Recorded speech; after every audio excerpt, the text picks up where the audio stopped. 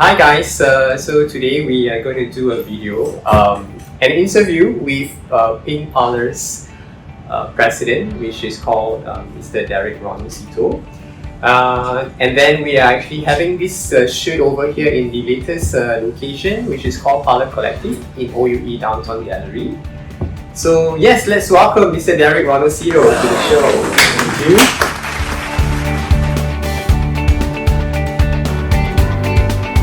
Thank you very much for the intro. I'm happy to be here. I'm excited, and it was a lot of hard work the team put together to finally get the shop up. Yep. Thank you so much for your time, Mr. Derrick.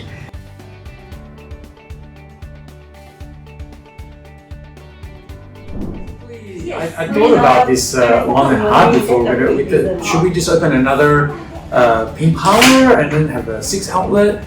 But I realized we've acquired quite a few brands in the last 24 months. A lot of people don't know this. Yeah, so we're going into facial brands at the moment.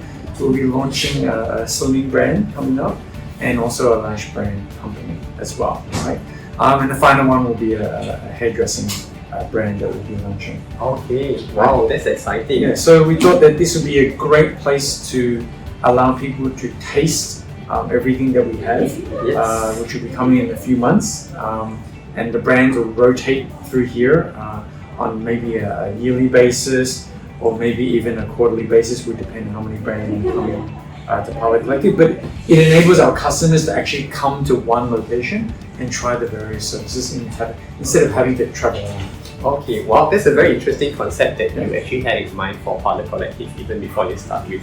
So yeah, you actually mentioned about the 2 brands that you've acquired in 2020. Would you like to share about the 2 brands that you've acquired and you actually have them managed under your fleet of salon? Yes, so we actually have 2 brands. We're happy to welcome them on board, even though the situation was a bit nerve-wracking in March. We basically were very lucky to have an investment with firstly Silvery Secret, a wonderful brand, well known. I think through the years, unfortunately, I think it's a bit tired, the brand has become, and I think they lost a bit of focus. So we feel that there's still a lot of potential with the brand, and we want to really build up the brand again to its former glory. And also GT Aesthetics. So GT Aesthetics is a new brand, a young brand, focusing very much on affordable aesthetics for facials. We actually tried them one time and we realized it's amazing. Great products, great skills, someone we thought that we could really help build a brand together with. So they're the 2 brands that we've got on board. Yes, wow, that's exciting. So having said that, right, you say that 2020 is actually a big challenge for everybody, especially amidst the pandemic period and the COVID-19. What are some of the challenges faced, during this period, especially in the year 2020? I think it's kind of forced us to actually realize that our business is really susceptible to situations like a black swan event like COVID-19. And it's gotten us to wake up. We've actually transformed the business. I wouldn't say overnight, but I think in the last good 4 to 5 months, we've rethought about our strategy and how we're going to grow the business going forward. So challenges obviously are the fact that all of my shops were closed across the entire region. So that was a huge shock to us. I think not only us, but I think almost everybody else in the industry. We're one of the fortunate ones to have a decent cash reserve. So we did support our local employees in other countries who were not lucky enough. In terms of marketing component, I think we just continue to spread the news that we're here, we're still going to be here, we're still going to grow, and we're going to be changing the business for the better. And I think Parlour Collective is one of those changes, right? Instead of just being specialists in every single shop that we actually have, we're coming together with a single brand shop that allows them to taste all the different brands that the Parlour Group actually has under the Parlour Collective brand. Maybe I can share a little bit. So Parlour Collective is actually our overall branding element for all of the beauty salons that we own under the Parlour Group. Okay. Right. So that's why we actually have the Parlour Collective. Collective. Yes, that's correct. Yes. So I've noticed that the Pink Shop is actually one of the strategy that Parlour Group to actually have to digitize their business, moving forward during this period of COVID-19.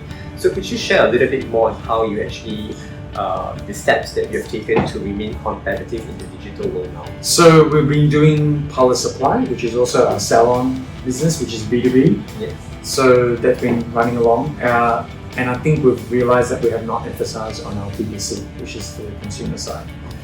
We do sell a lot of items overseas to America, but not so much Southeast Asia. So those items are a very unique category. The Pink Shop, we're going to be really emphasizing a lot more, basically everything pink, right?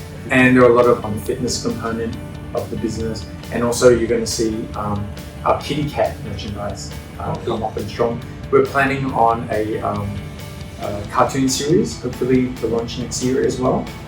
So watch the Pink Parlour TV channel as well. So we're going to have the series rolled out.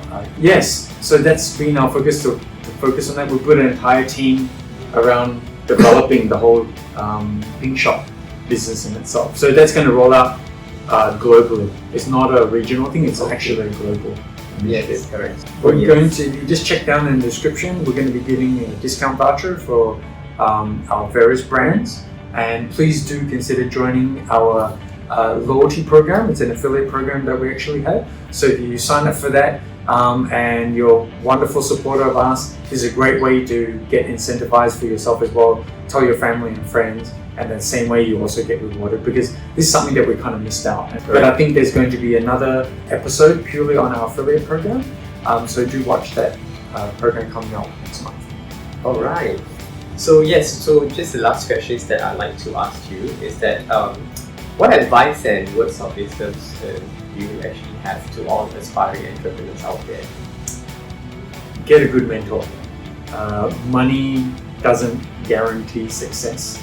I think having people who have gone through it and understand the business in itself, not only from a market point of view, but running a business.